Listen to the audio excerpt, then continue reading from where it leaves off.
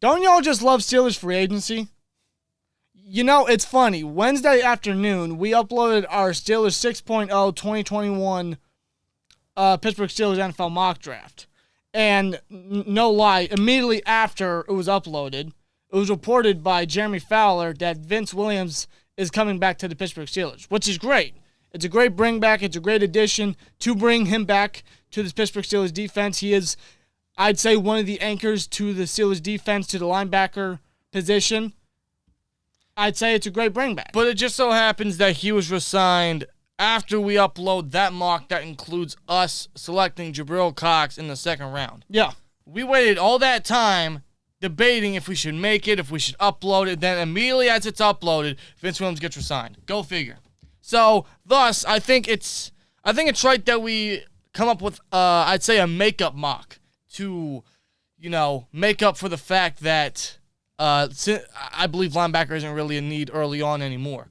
So I feel like that right there in the second round with Jabril Cox there is a little unrealistic. So I feel like it was right that we made a makeup mock. So, yeah, this is pretty unexpected to some of you guys, but here we are with a 6.5 Pittsburgh Steelers 2021 NFL mock draft. Yeah, I guess a two-part to our previous mock, I guess. An extra, let's just put it that way. So let's just get right into it.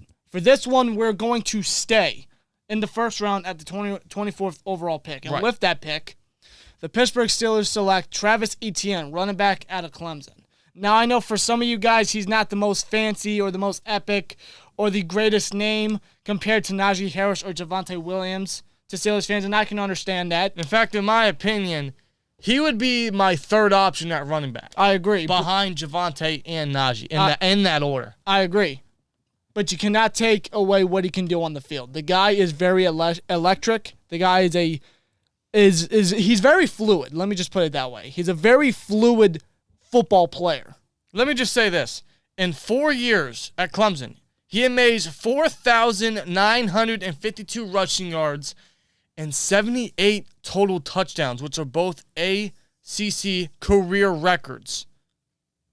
He also had 1,155 receiving yards. Now, that stat sounds incredible, but also comes with a concern because all that in 4 college years tells you he had a lot of workload, which means, and by the way, he's only 22. He is only 22, which is a pretty exciting thing. But for someone like him to have that much workload in college, and based on running back's career span, yeah, I mean, that might be a little bit more of a concern than of an amazing record, probably to some folks. But still, though, it is crazy that he leads ACC career records in rushing yards and total touchdowns. Pretty amazing. It's very amazing. The guy can run in between the tackles. He can run outside. He's very elusive. He's explosive. The guy's fast. I think he ran, a 4.41 at his pro day? Yeah, and he's so well-balanced. And he has that breakaway speed that we honestly haven't had since, Willie Parker, Rashad Mendenhall. We have no running backs with breakaway speed outside of McFarland, but that has yet to be seen on the NFL level. But right. Etienne, he is that type of running back that, when it comes to Matt Canada's system, would just fit right in. And that's why I think Etienne is probably the more likely option. Now, if Najee's there, I think he's going to be a Steeler. But I think it's almost inevitable that the Dolphins are going to take him at 18. Now, to some of you folks, hopefully not. We'll see what happens. Anything can happen come draft day. But if Etienne is there, I have a strong feeling he will be a Pittsburgh Steeler just because Canada has this infatuation with him. And it's probably due to his system and how well Etienne will be used. Many people have been giving Etienne comparisons to Alvin Kamara. And I can see it. The way he was at Clemson, the way he is on the football field. Very fluid, very fast, very explosive, very versatile. And you add that to the Steelers' offensive rushing game that desperately needs it, it can benefit this team a lot. No, it definitely can. Now, again, Etienne will not be my first choice. In fact, he'd be my third choice. I would not complain if Etienne were to be a Pittsburgh Steeler. Again, there's other running backs I'd rather have. We're just mocking him just because if he's there, I have a feeling that he is going to be a Pittsburgh Steeler. Yeah. Very strong feeling. Now, of course, he's not a finished product. He is versatile. He has hands. He can run in between and outside the tackles, of course. Now, very explosive guy. But he's not a finished product due to his pass protection. That's the only concern I'd say with this pick here is he's not a finished product in pass protection. But granted, neither was Bell, neither was Connor, neither is Snell, and they got better. They got a lot better in pass protection. So I have no doubt if Etienne were to become a Steeler, his pass protection would definitely increase a lot. It would definitely get better. For sure. But that's about it. Either way, Etienne, again, would not be the most favorite pick to a lot of guys, us included, but we're mocking him in here just because if he's there, we have a strong feeling he will be a Pittsburgh Steeler just based on the fact that he would thrive in a system like Matt Canada's. Yeah. And I think he would still be an explosive guy for this offense. Definitely increase and upgrade that rushing attack for sure. And you know how Ben likes to drop it down the running backs, and Etienne can do that. He is amazing in the open field. Yes, he is. Do not give this guy some space, I'll tell you that. Now, in the second round with the 55th pick, the Pittsburgh Steelers select Quinn Miners, center, University of Wisconsin-Whitewater. I just got to say, the Steelers absolutely love this guy. They just really do. And you can tell. They were one of the few teams that actually sent more than one scout to his pro day, which included the offensive line coach, Adrian Clem, who, by the way, actually ran drills with Miners. So you can tell that their interest in him is through the roof. Yeah. And if he's there at 55, which is very likely because there's not too many center-needed teams before 55, and there's arguably better prospects ahead of Miners, I feel like this guy could be a Pittsburgh Steeler at 55. He's probably one of my more realistic options at 55 if we don't go center round one, which I doubt. At least I hope not, because I don't think center is really worth a first-round pick. Center in the second round is just too perfect because there's many prospects you could get there that will still be there, in my opinion. Miners is one of them. I think he'd be, in my opinion, probably the most realistic option at 55, just based on the Steelers' needs, the Steelers' interest, and the type of player that he is and his story. He comes from a small school, which the Steelers absolutely love, Division III, I believe. And the dude just absolutely rose his stock in the Senior Bowl. This guy can do it all. He can get to the second level. He's aggressive. He's mean. He's athletic. And for a 6'3", 320-pound man, very athletic, very strong. And with Adrian Clem running drills with him, you know he got a very up-and-close personal look at this guy. And I'm sure he had to tell the Steelers scouts, hey, keep an eye on this guy. Keep an eye out for this man. Keep this guy up top on your draft boards. Exactly. So keep him on your draft boards. And Quinn Miners, man, hell of a center. Hell of a center, man. From a Division III school, but man, he can create lanes. He can be mean to guys. Run block, pass block, all of it. Now in the third round, with the 87th overall pick, the Pittsburgh Steelers select Spencer Brown, offensive tackle out of Northern Iowa. Now, personally, me and Dan feel like that the offensive tackle position should be more of a higher priority for the Pittsburgh Steelers. It definitely should be. I'd probably say it might be probably the third biggest need on the team outside of running back and center. Obviously. Now, when it comes to the Steelers, we don't think that they're going to put tackle at much of a high priority as they should because they like Zach Banner, they like Chucks, and they did sign some depth free agents to back them up, obviously. But for this mock, we're going to have offensive tackle be selected in the third round, and that be Spencer Brown from Northern Iowa. Who is just a freaking tower. 6'8", 311, but the dude is incredibly athletic for his size. He's a ferocious blocker, difficult to set the edge against, and honestly, he is a little raw because he only started one full year in 2019 and then opted out last year, but a little bit more polishing, and I think this guy can be a starting right tackle in the league. And depending on what Banner does or Chucks, whoever they put at right tackle, I'd imagine Banner is just a better, more comfortable fit for Banner. Yes. That's where he started last year before going down with injury. Brown would kind of be a project, but eventually take over the right tackle role and be a young stud there amongst the offensive line for sure.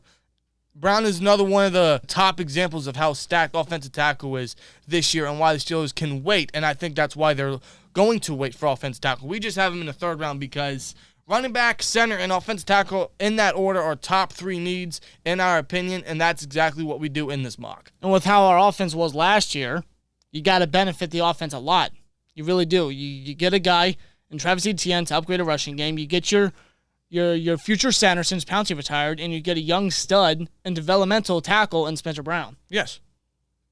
I think it'd be perfect for day 1 and 2. And this absolutely helps out Ben tremendously. He gets a running game, and he gets offensive linemen, young offensive linemen. And that's what you need to do. If you're going to be bringing Ben back for, I assume, it's going to be his last year.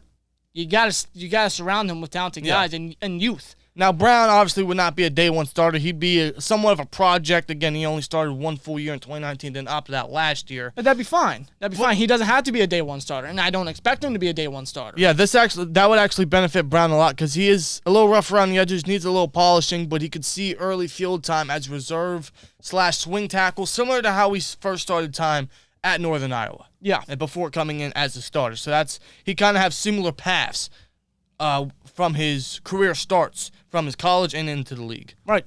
Now, in the 4th round, with our first selection, the 128th overall pick, the Pittsburgh Steelers select Rashad Weaver, edge, out of Pittsburgh. Edge depth, outside linebacker depth. We all know we need it. We don't have anyone reliable behind Watt and Highsmith. No, we got don't. Cassius Morris. Wow. Yeah, he'll fill in real well. Right. That's why we get a young, explosive guy in Rashad Weaver from Pittsburgh, who is, of course, a familiar face, a hometown face. 6'4", 260, has the body of an outside linebacker. He absolutely shined in 2018 with 45 pressures and 6.5 sacks. Unfortunately, he missed the entire 2019 season due to injury. But when he came back last year, he picked up right where he left off with 7.5 sacks and 14 tackles for loss in only 9 games. This guy can create pressure. This guy can stop the run. This guy can get to the quarterback. This guy is the perfect rotational piece behind Watt and Highsmith. It'd be a perfect fit. It'd be a perfect depth piece for guys behind Watt and Highsmith, like you said. And one thing I like about Weaver, he has an arsenal of pass rush moves. Very, very creative, very, very open-minded, I'd say. And that's what the Steelers like in their edge rushers. Now, at the 140th pick, the Pittsburgh Steelers select Trill Williams, cornerback out of Syracuse. This is another one of my guys this year. I'd say one of my top sleepers for early day 3, I'd say, specifically due to his versatility. He can play outside. He can play in the slot. He can even play free safety.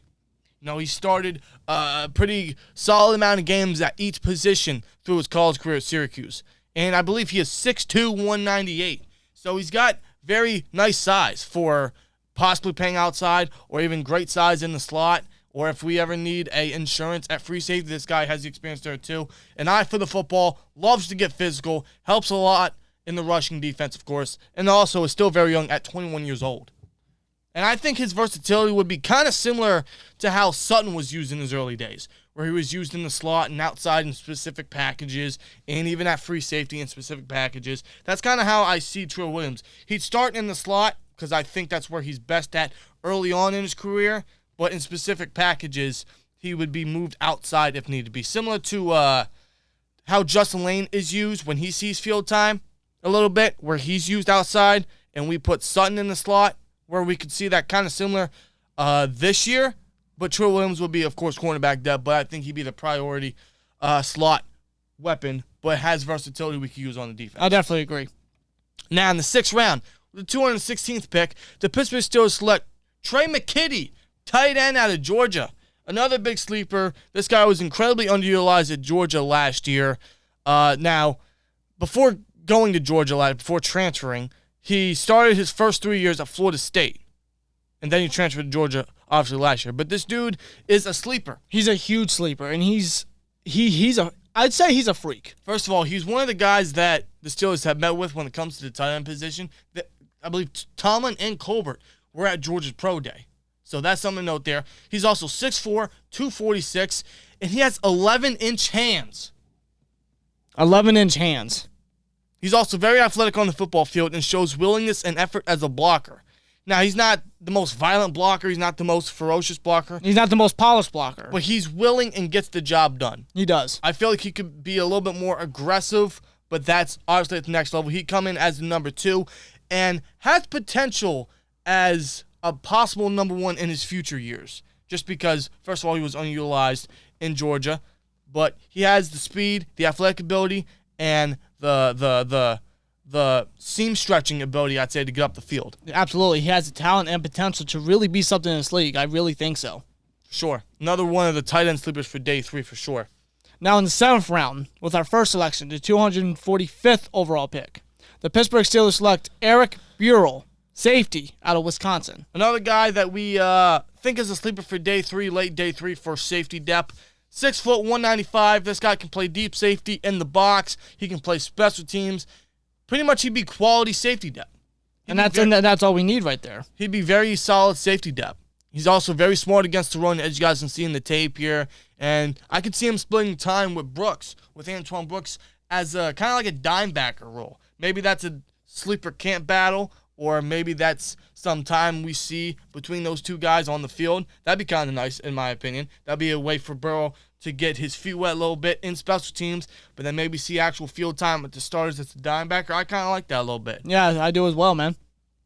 Now, with the final pick, the 254th pick in this mock, the Pittsburgh Steelers select Tommy Kramer, interior offensive lineman out of Notre Dame, specifically guard. 6'6", 309. The reason why we go guard here instead of linebacker, which I'm sure is probably going to be a more likely pick, I'd say, but we go guard here to not only continue to boost up the offensive line, but boost up the depth on the offensive line. Now, we signed Joe Hagg, I believe is his name. He would play for the Bucs and Colts before. And Rashad Carrot, who was the starting left guard for the Bears, who got absolutely destroyed by not only opposing competition, but Bears fans. I'm not very proud of that depth. I'm not very confident in that depth. I see them as camp bodies and or roster inactives. And veteran presence, pretty much. Yeah, I guess. But Tommy Kramer, he is a former 5-star recruit. People forget that. He's a former 5-star recruit, I believe, as a tackle. And he would eventually become a 4-year starter at Notre Dame for Offensive Line University. Yeah. He started at tackle in 2017 and then switched to right guard the following year and then retained that spot for his remaining 3 years. So he has some versatility to him, which the Steelers like in their offensive linemen and their depth pieces. They like the versatility.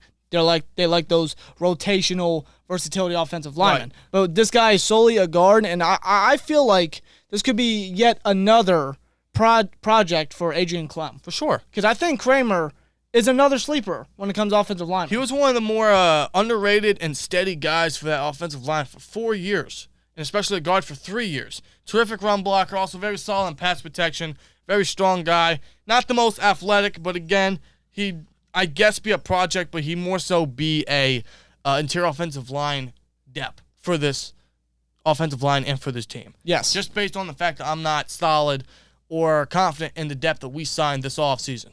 No. And Kramer's a guy I've been eyeing for a little while now, so I'm going to put him here in the 7th round to finish the mock. But anyway, guys, that is our part 2 to the previous mock that we put up, the 6.5 Pittsburgh Steelers 2021 NFL mock draft. Let us know what you guys think down in the comments below. As well as you guys' mock drafts down below. Again, we just feel like we had to come out with a fresh mock, a makeup mock for us putting in Jabril Cox, even though Vince Williams just got re-signed. So, good to have Vince Williams back, but we feel like we had to come out with a fresh one. So, here you guys are. Let us know your guys' thoughts, and, of course, your mocks down below, man. We'll be back with one more Pittsburgh Steelers 2021 mock draft during the final week of the NFL draft season, I'd say, right before draft day, draft week, rather. And, of course, later this week, we will be out with another full first-round mock draft with trades, by the way, so you guys can look forward to that. Nice draft content coming to the channel right before draft day, right before draft week. Man, the draft is quickly approaching, a week and a half away. It's crazy to think that. But it's here, and it's great. Let us know your guys' thoughts and mocks down below, man. See you guys in the next one. Like, comment, subscribe. We'll see you later. Peace!